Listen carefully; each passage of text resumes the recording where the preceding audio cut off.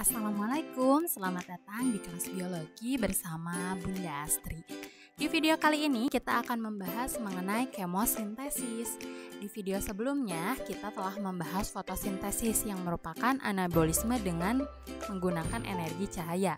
Nah, kalau kemosintesis itu anabolisme juga ya.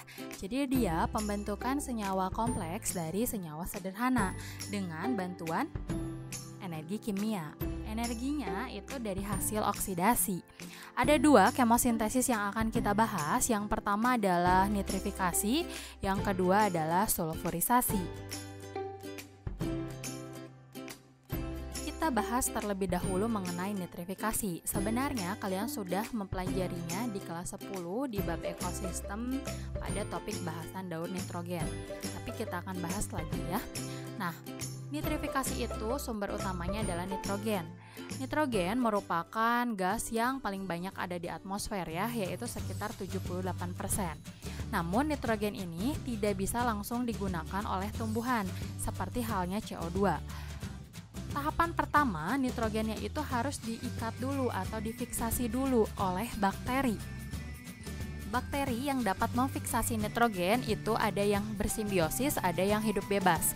Kalau yang bersimbiosis dengan akar tanaman legum atau akar tanaman polong-polongan atau kacang-kacangan, itu namanya bakteri rhizobium.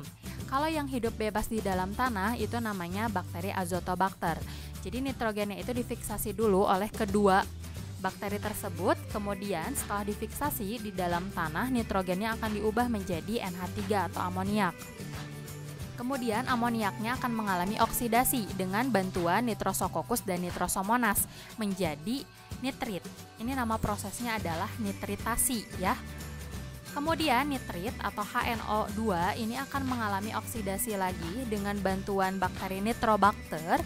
Prosesnya namanya nitratasi, itu menghasilkan nitrat atau HNO3. Nah, barulah nitrat ini akan diasimilasi atau diserap oleh tumbuhan yang kemudian akan disintesis menjadi protein.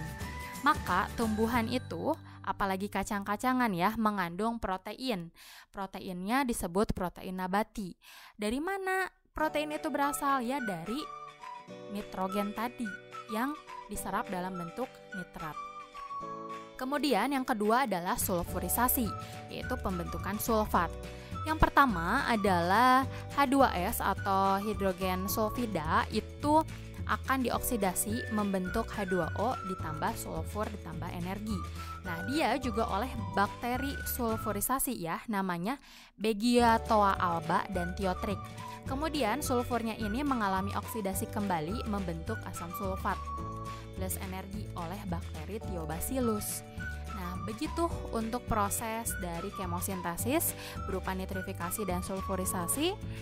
Terima kasih atas perhatiannya. Wassalamualaikum warahmatullahi wabarakatuh. Dicatat ya materinya.